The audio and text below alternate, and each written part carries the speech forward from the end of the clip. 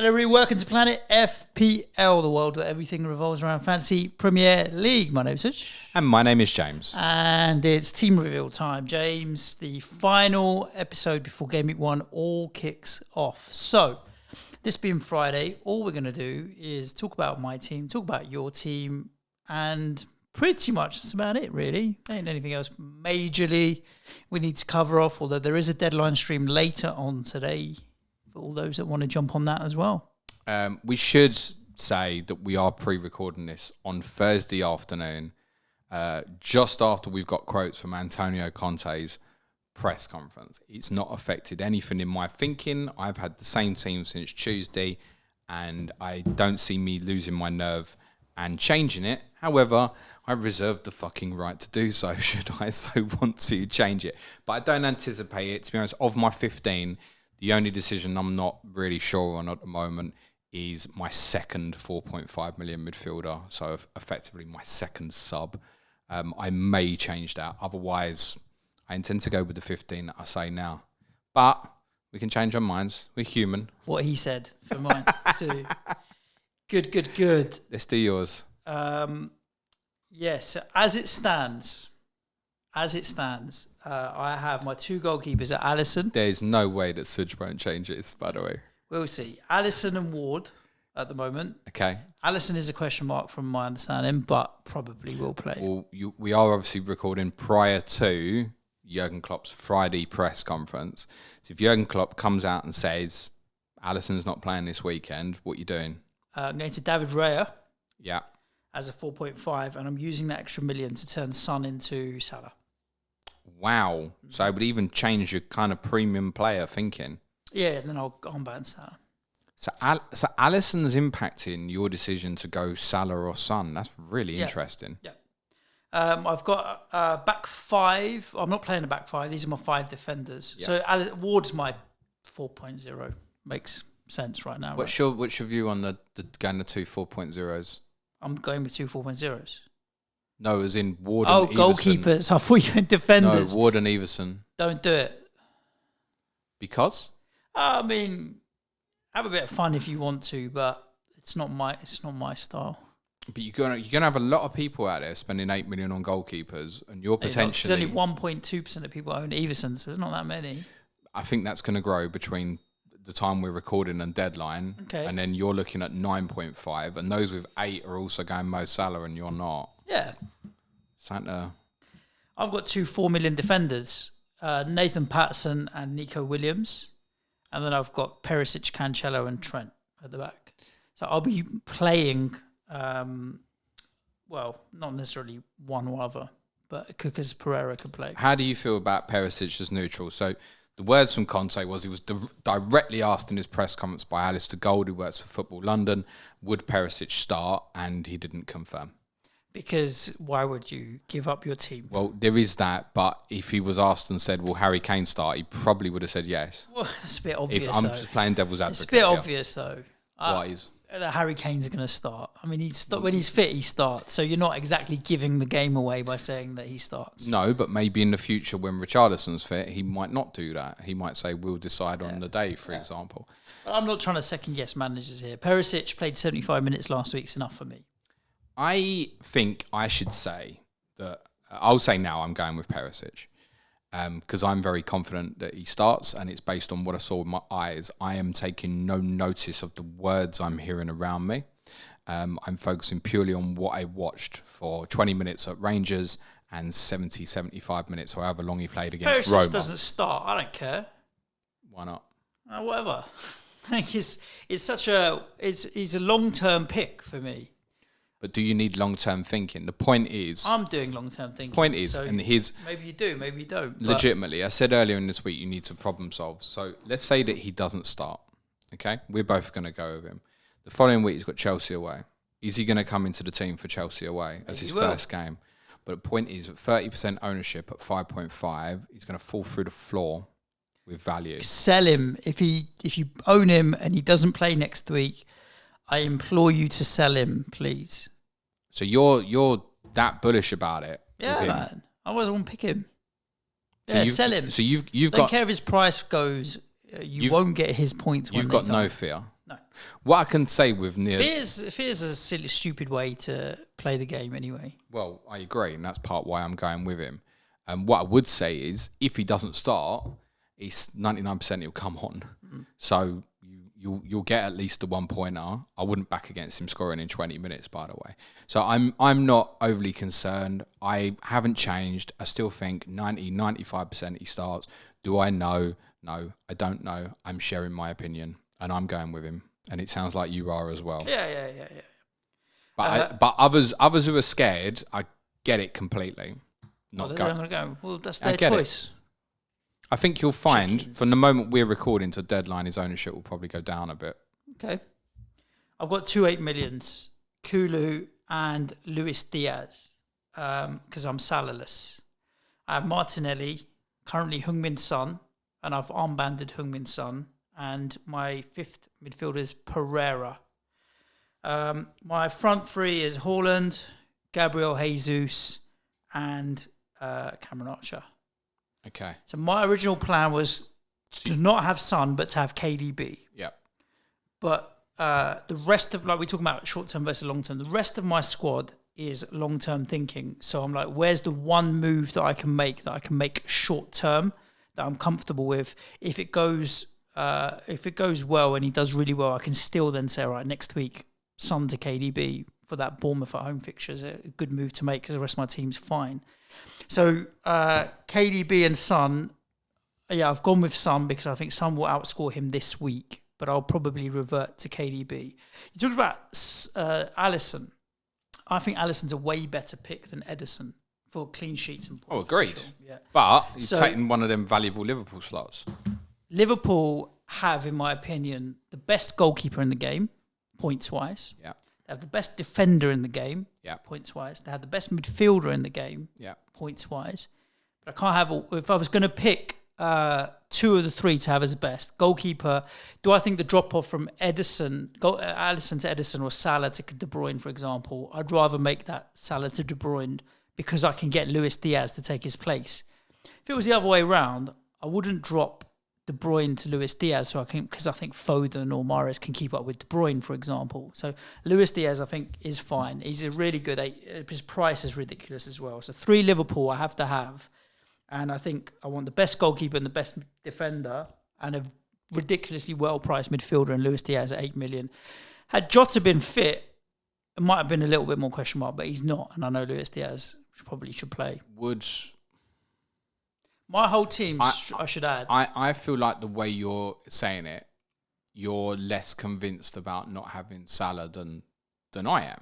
I've been pretty set on it for a while, purely because I think Salah will be the top scoring player in the first, probably from game week 1 till game week 38. But I think early on with the City Tottenham rotation, I think I can fight against him for captaincy and go for it. I'm probably not going to finish first in the world by just doing the same thing as everybody else. So I'd like to try something. And that's what I'm going to try at the start of this season. 2 years ago, I started without him and it bit me pretty bad. Last year, I started with him and it was great. So I've had the historical of knowing what he can do for me and how badly he can hurt me. This year, I feel like I've got more to fight against it. Well, there's 3 players, in answer to your question, that going without would really worry me. Salah, Son and Kane. Those are the 3 that I look at and I'm like, KDB going without can hurt me, but I'm not bricking myself because... Yeah, so have you considered the 3 that you go for Lil? You spoke about best goalkeeper, best defender, best midfielder. I agree with you. So have you considered going with Alisson, Trent, Salah? Yeah, not really. Not for a while. Because I also think City are going to be monsters this year. I think they're going to win the league. And I want 3 from them. So best defender at City, Cancelo. Best striker at City, Haaland. And then best midfielder, KDB. So I think KDB is going to have a monster season as well. I don't want to piss about with their 8 million midfielders. Are you starting with KDB? No, I'm starting with Son and I'm moving to KDB. You think you're going to go to 2? Yes. At some point. That might be the same move that I make. My whole approach, James, is Liverpool and City are the 2 best teams in the league by far. I want 3 of each. And I think Alisson, Trent, Cancelo, Diaz, KDB, Haaland is 6 incredible picks and good value spread. It allows me to have double Spurs. Perisic and Kulusevski, I think, are also both great price and good picks. And it allows me to Arsenal Arsenal, I think, are on fire and will do well. Martinelli and Jesus. So I've got 10 players there from Arsenal, Liverpool, Spurs, City. That's the game. And then the rest, I've got 2 4.0s that are going to play as wing backs. Cool, I'll rotate them. If they do me something, great, and if they don't, don't. Pereira is the other one, cheap as chips. And then that Cameron Archer can be Mickey Mouse for all I care. It's a 10-player game for me, and I'll rotate the other one around. Seamus Coleman is fit. Lucky for him. He won't play at the weekend. That's almost certain. He was penciled in to play, and again, we're pre-recording. He was penciled in to play a game for Everton's under 23s on Thursday night. Now, he's obviously well behind in terms of fitness and stuff, but Patterson could quite quickly maybe lose his place in the team. Does that bother you? No, they would just be right there on the bench doing what he needs to do. Which one of Patterson, Williams or Pereira are you going to start this week? At the moment, Patterson, home tie. Because what, you think better chance of clean sheet than Williams? Definitely think better. I don't know. I don't think either will keep a clean sheet, if I'm honest with you. When I looked at it and I thought, will either keep a clean sheet? No. So I am banking on the Goodison crowd to get them over the line, whereas Forest away at Newcastle. Newcastle were good at the end of last season, and that's obviously a tough place to go, St James's Park. The atmosphere is going to be lively there. So I'm banking on Everton's home crowd at Goodison being the 12th man versus a difficult away day for the first game of the season for Forest. Considered starting Pereira? Yeah, but as I said, they could win. Liverpool could win 5-1 and he might get an assist, mate. Yeah, not. It's not enough for me. Okay, not enough. But then you're not overly expecting anything from Patterson or Williams either, and you've got like potential set pieces and stuff with Pereira. Maybe. I like Patterson. I think I'm going to go with Patterson. I've got a sneaky. Okay. But yeah, I'm fairly comfortable. 10 in there. Like, okay, what are my dilemmas? I'm going to go Son to KDB. I mean, that's choosing between good and so you're going to be right? 3-5-2, kind of 4-4-2 for now, but 3-5-2 or 4-4-2. I was going to say you're basically 2 up front. You're basically 3-4-2 and decide your 11th player. Yeah, which is probably most commonly going to be a defender, I guess. So you're probably more 4-4-2. Correct. Okay, fine. Who's your captain? This week at the moment, as it sounds, Sonny. Yeah, Rice on Haaland. You've been kind of tinkering all year. Well, not even tinkering. Well, you've been suggesting Haaland. Yeah. But you're going to go Sonny. I'm going to go Sonny. The upside for you guys, if you click, I think you could really win 4-5s at the weekend. So I want a piece of that, and I think Sonny's going to start the season well. So I'm going to go Sonny. But it could be many, right? I think Salah's going to clearly be the most captained. But I'm going to go Sonny. What's the player that's bothering you most that you haven't got? Well, it was Salah, Son and Kane are the three. So I'd say Salah for sure, followed by Kane. That's it. It's easily fixable. Yeah, but I'd rather have Alisson in there as set and forget, because with this team all being well, it's a long-term strategy. There's no short-termism in it, so that's not the game I'm playing. I'm thinking ahead here. Game week 4, everybody of the bigger clubs has a great fixture. Tottenham are at Forest, Liverpool got Bournemouth at home, City got Palace at home, Arsenal got Fulham at home. So from those 4 clubs, I mean, game week 4 looks absolutely banging. When that comes round, if Bournemouth look a mess, are you comfortable captaining Diaz or Trent in your mind? Or do you go safe and go, it's Haaland against Palace? And you know they probably don't batter Palace. Palace didn't concede some last year. Or are you happy to go with like Son at Forest or Jesus against Fulham? Yeah. Okay. They're all viable, mate, on their day. I need to see it now. By the time we get to game week 4, we'll have a lot more information. A lot of information. So, yeah. Yeah, that game week 4, if you're light on those 4 clubs, I'd be aware of it. Is all I'd say. I want to say Chelsea have Leicester at home. I think I've got Chelsea at home to Leicester in game week 4, which isn't terrible either. Manchester United are at Southampton, which is potentially decent as well. So the big cities have got good fixtures in game week 4, as they will do in a lot of weeks where they obviously don't play each other. Are you happy? Yeah. Do you foresee yourself changing that? If nothing in the team news affects you, you're happy with that, yeah? Yeah. All right. I've made one short-term as a move, which is the KDB to Son. And I'll stick the armband on him, and off we go. What would you like to do in game week 2? What do you think?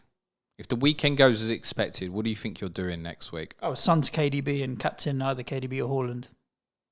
Okay. Home to Bournemouth. All right. Yeah, because what I envisage is City to lose in game week 1 and have to rebound back and hit the ground running. So after a whopping 4-2 defeat at the London Stadium, maybe not. Good luck. Yeah, that's where I am at.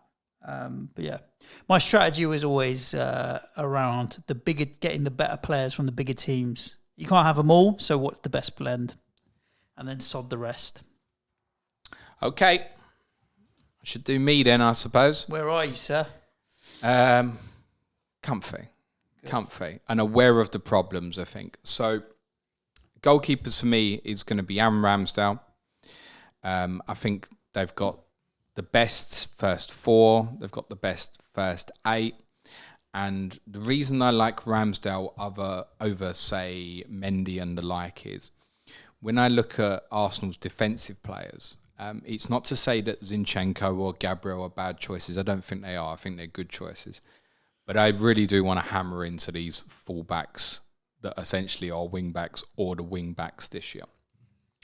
And so I'm not going with Reece James, for example. If I go with Mendy, I can see a position where quickly I go, I'm really going to want Reece James. I don't see anything that makes me think I'm going to be desperate to get Zinchenko or Gabriel or Kieran Tierney. In spite of the fixture, I don't see that. But I'm also conscious that if I don't start with an Arsenal defensive player, and if I don't wildcard early, which I think is probably less likely considering the team I've picked, then I'm going to want to force one in. And actually, I might not want to get rid of anything at the back if Doherty and Perisic are still in the Tottenham team, for example. So it's the knock-on of that is why the decision for me is Aaron Ramsdale. The other goalkeeper is Danny Ward. I do think he will start for Leicester. I think if he doesn't, he's in danger of a price drop pretty quickly. I phoned Aaron Lager at the start of my Ask James stream on Thursday. He said that he thought Ward would start. That seems to be the general consensus. But Aaron did mention, a few others have said that it's not impossible that, say, Everson might play a couple and then Ward takes over. There is, of course, also the possibility that they might buy someone. My initial reaction when I saw Daniel Everson was in at 4.0 was, I don't want any of that 8 million. But I've certainly come round to the idea of thinking that, yeah, it's viable for most people. I think it's possible that by the time you get to the end of the window, Leicester might have bought another second choice, and therefore your guarantee is not there. But the reality is, you've probably got a starting 4.0 goalkeeper there for a team that we think will finish top half. And I'm obviously aware that if Arsenal are performing badly, and if Leicester haven't bought a new second choice or a new first choice goalkeeper, then that's an easy fix for me to put another $1 million in the bank, right? Especially if Ward starts.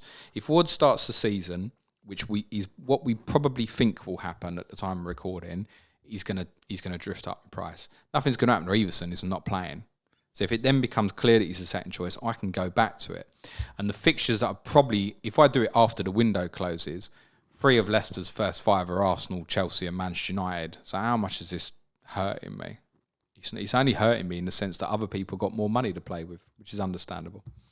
So that's why Ramsdale and Ward for me. Trent and Robertson, I don't really think needs much explanation, and neither does João Cancelo. Despite their pricing, I think there should all be more. I did flirt with the idea of no Cancelo this week, but I'm conscious that so many will have some sort of Manchester City coverage, even if they're saving the $1 million in Diaz, saving the $2 million in Walker, going for the guarantee of Ederson. Most people have got something. And although you and I think, have little concerns about them defensively, and I certainly have concerns about the way Cancelo defends one-on-one against a player like Jared Bowen, who he'll face at the weekend, for example. I didn't really want to be going into Bournemouth at home thinking I've got no coverage of it, and you really anticipate the clean sheet. So I felt like it's another one where if I become really unhappy with them, we can drop that. You look back at Cancelo and you think, my God, how many near misses did he have last year? Only 1 goal scored. Then you remind yourself there's 12 FPL assists and he's got a way he can go, right? So I'd rather have him there at the start than the other way around, I think. But he was the one of the three that was the least likely. I would rather have lost Cancelo, I think, than lost Robertson and tried to force Salah in. I'm going with a back five. So Perisic, I've already said, is in. I'm going with Doherty.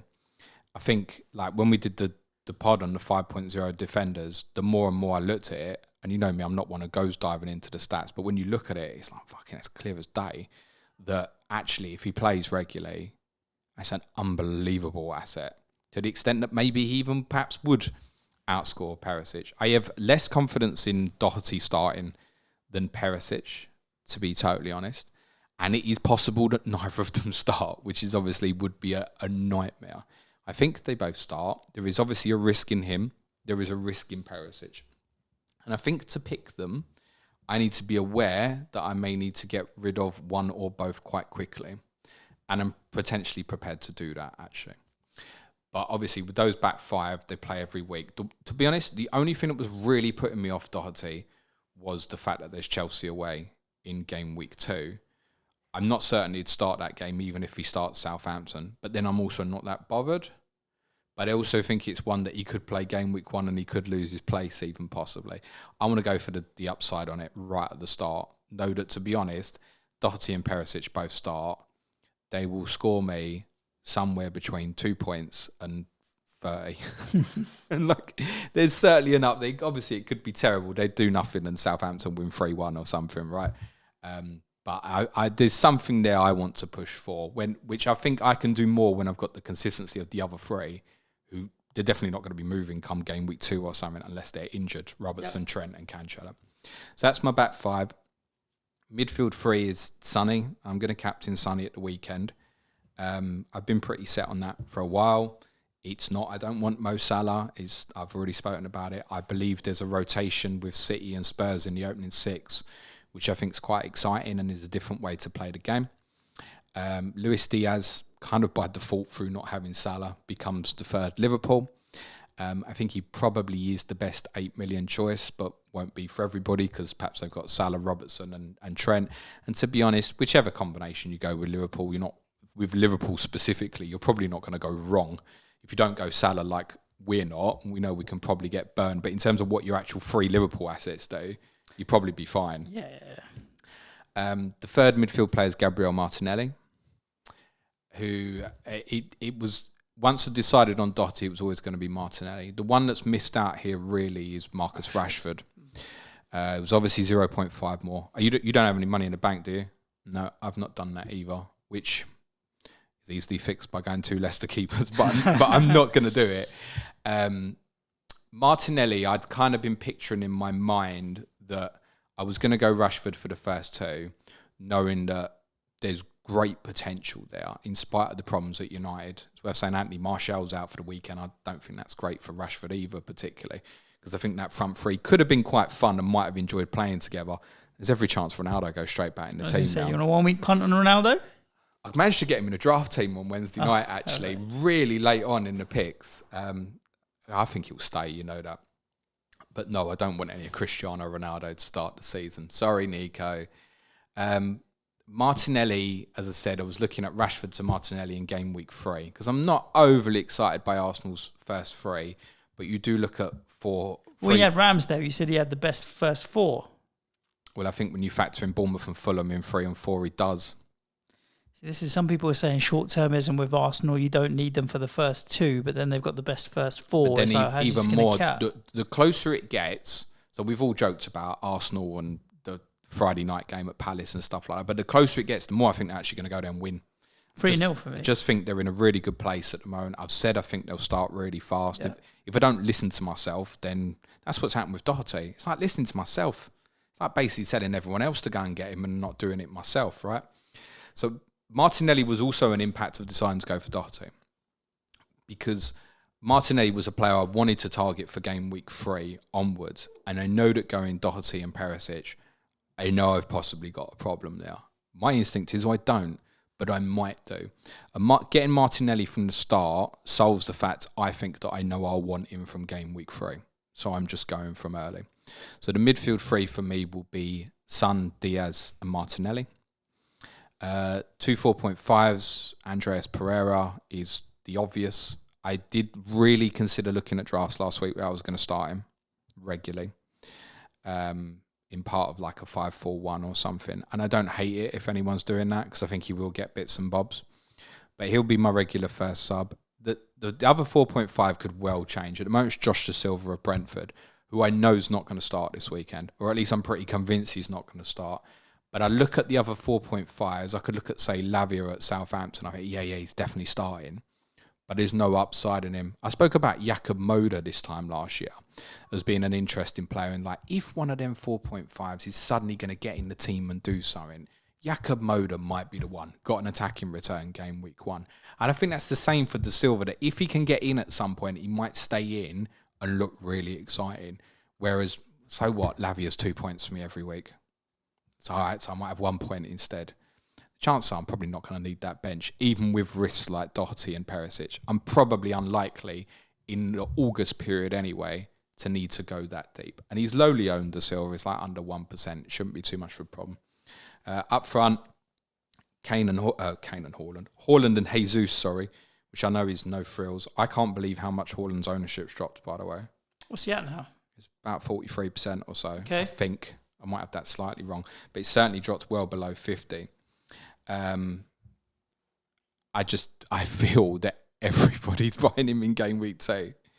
And as much as I could look at it, so we talk about, who are you most bothered about not having in game week 1? Well, actually, for me, it's Harry Kane. But I then can't have... It's the same thing with Salah. I think the value in the other 3 might be a bit better, which means I'm not... It also, in a roundabout way, currently going the 3 Tottenham and the 3 Liverpool I've got at the moment, actually makes the transition between the premiums quite easy in my mind to know, okay, well, if I'm moving Son, I'm De Bruyne. The one where it blocks, of course, is I can't go Haaland to Kane. Because you only got 3 Spurs, yeah. But I think the conclusion I came to on that would be, if something happened to Haaland, say this weekend, ahead of game week 2, what am I doing? Well, the answer, I wouldn't be buying Kane anyway, ahead of Chelsea. Even if I only had two Tottenham, it wouldn't be Harry Kane at this point. I would, in all honesty, smash the money down and make sure I could get De Bruyne alongside Son is more what I'd do. So that's put me a little bit more at ease at that. It's not like you can't take a game week 2 -4. I think Jesus is... the price is ridiculous. And I'm not going to say he's essential, and he's absolutely not, because in Saka alone, at the same price from the same club, is a player who may well outscore him. And if you've got the preference to go that way, I absolutely don't mind it. I just think generally, if he hits it off, I generally think he could win the Golden Boot. Mm-hmm. And I think his ownership could even grow more with the fixtures they've got. Even if he blanks the first couple, if he looks like he's doing all right, who wants to sell him ahead of Bournemouth and Fulham and stuff? So I feel like it's safe to go there at the start. Whereas again, a little bit like the Martinelli one, he had looked at ways of, can I start with Watkins or Wilson first too? But then if they do bad and I've left 0.5 in the bank and Jesus does well, getting there I'd have to do it early. Because leaving the 0.5 probably wouldn't be enough, in fairness. Third striker for me is Cameron Archer. I think he's probably as likely as any of them to get minutes. I've flirted with Lyle Taylor a little bit, but it looks like they're going to go... Forest are trying to buy this other forward whose name we're going to get... If they buy this player, we're going to get absolutely battered for him. You know what his name is? Yes. Have you seen it? Yes. There's loads of FPL team names coming to. I can't remember his name, but it's go and look for it. Jizz something. Jizz, yeah. Jizz hard something or something. I can't remember. Anyway. So Lyle Taylor could well become like 5th choice at Forest. I think Archer's probably 3rd in line at Villa of the central strikers. Are any of them going to get minutes? No, probably Greenwood is as likely as anyone at Leeds, but his ownership's of a decent number that I don't really want to be a part of that, to be honest. I don't think there's a good 4.5 bottom line. Pick whichever one you want. I've got no Villa players, doesn't clash. I'm looking at it ahead and going, am I more likely to maybe go like a Lingard and Nico Williams from Forest when they turn? Actually, probably more, yeah. Because I've made the decision now not to go to Villa. If Villa smash it off at Bournemouth, am I going to dive massively into Villa for Everton at home in game week 2?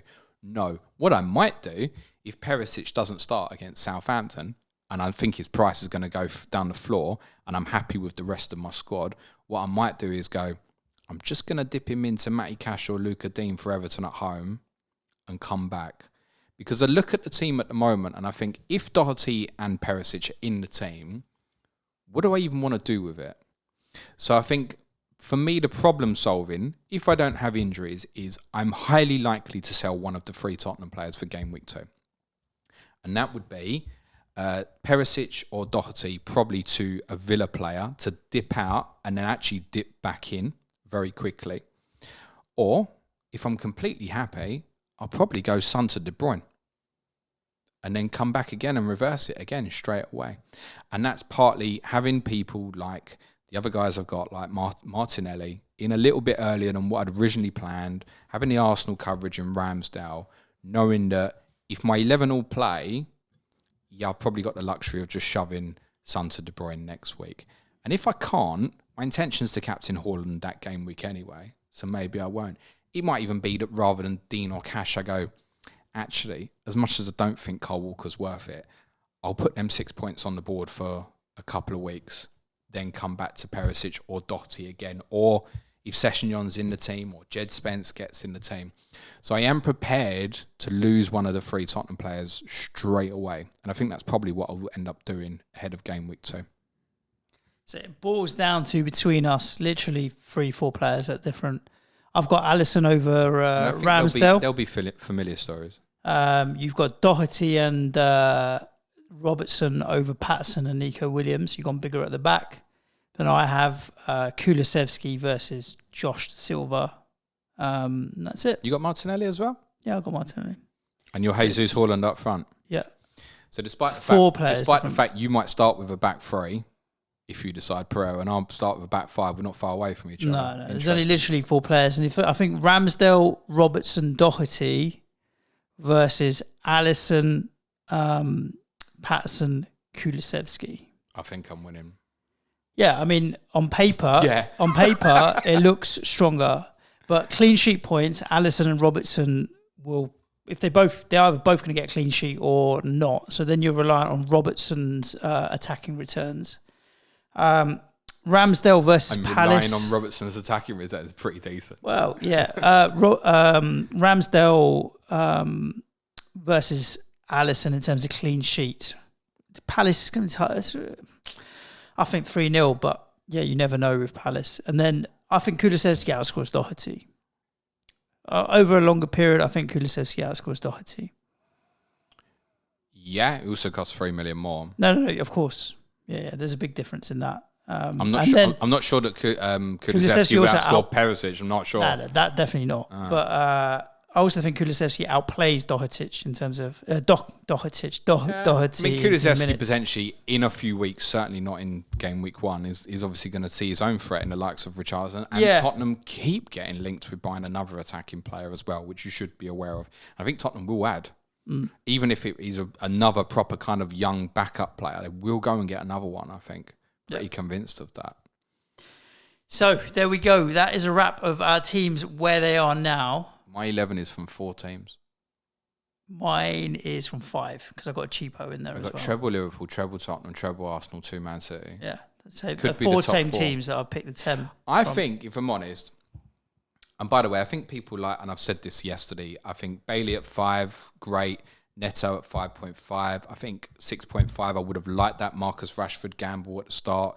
The likes of Wilson, Watkins, Cash, Dean. There are a lot of good options from the teams outside the top 5 or so. Obviously, I've got no Chelsea, is potentially a problem, especially when you look at Everton and think they haven't got a centre forward at the weekend. But I think one of the things that's really hampered, and I felt this during recording Correspondent Week, was that the way that the game's been priced, you don't have to work hard for anything here. Mm-hmm. Williams at 4, Pereira at 4.5. I mean, how many times do we need to have that conversation? It's not a guarantee that they're going to be the best 2, but fairly obviously decent options right at the budget end. Patterson's another one. You've now got the two 4.0 Leicesters. I just feel like it would have been nice to be in a position where, say, like we discussed with Mig about Palace, and their fixtures are tough, but actually been in such a competitive place where we'd have had to go, well, actually, they're quite good defensively. Should I consider one of them for a rotation despite the fixtures being hard? It's not even a conversation. Yeah. So, I mean, even down to the point that if you are looking for a 4 and a 4.5 Ward combination, it really does look like Sanchez is your option from Brighton. Is not, if that's the way you want to go, it's not too much for debate on it. I think it's disappointing for the game that there isn't as big a pool of players as there should be, even though there are so many players from teams like Villa, like Jared Bowen's great price. Crazy.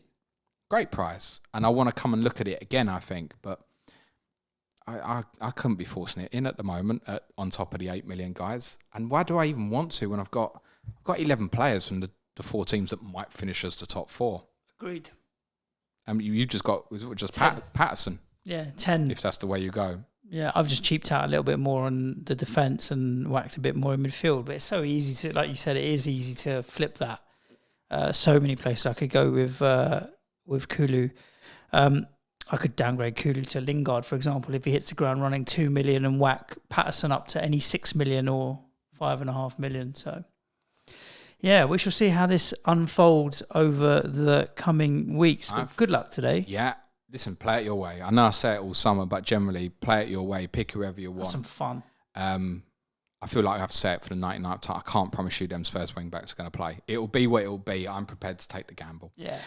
I think you should be in a position where you should be done now. You should be flexible about the potential team news today and be ready, certainly at sort of 3 o'clock today, to say, that's it. And don't, to be honest with you, don't get sucked into my deadline stream and asking me questions. Have a bit of fun. I know people will be there, but you shouldn't be. You shouldn't be there at that stage, I think, particularly. Yes, the deadline stream will be at 5:30 p.m. I think the final bit of advice would be consider problem solving, like what I've said, where I'm looking at it and knowing my problem might be the Tottenham player, and I'm prepared, even though I'm starting with Perisic or Doherty, prepared potentially to move that straight away. Perfect. Listeners, this time next week, we'll be talking about actual football. So make sure wherever you're listening to the podcast, you are subscribed if you're not already, and you'll be notified as soon as the episodes go live. Other than that, enjoy the weekend. Ciao for now. Good luck, everyone. Play it your way. Cue music, please, man child.